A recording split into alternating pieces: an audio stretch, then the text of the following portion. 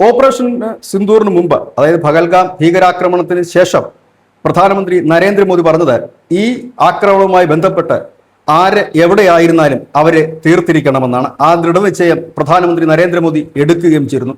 അതാണ് ഇപ്പോൾ തങ്ങൾ തുടരുന്നതെന്ന് അജിത് ഡോവൽ പറയുന്നു. അവർ ഭൂമിയിലും ആകാശത്തും നരകത്തിലും എവിടെയായാലും അവരെ അവിടെ ചെന്ന് ഇല്ലാതാക്കും. അത് പ്രധാനമന്ത്രി നരേന്ദ്രമോദി എടുത്തിരിക്കുന്ന ഒരു ദൃഢ പ്രതിജ്ഞയാണ്, ദൃഢ നിശ്ചയമാണ്. ആ രീതിയിലാണ് മുൻപോട്ട് പോകുന്നത്. ഓപ്പറേഷൻ സിന്ദൂർ തുടങ്ങിയത് തന്നെ അതിനായിരുന്നു. അവർക്കൊരു സൂചന നൽകാൻ വേണ്ടി മാത്രമായിരുന്നു ഓപ്പറേഷൻ സിന്ദൂർ.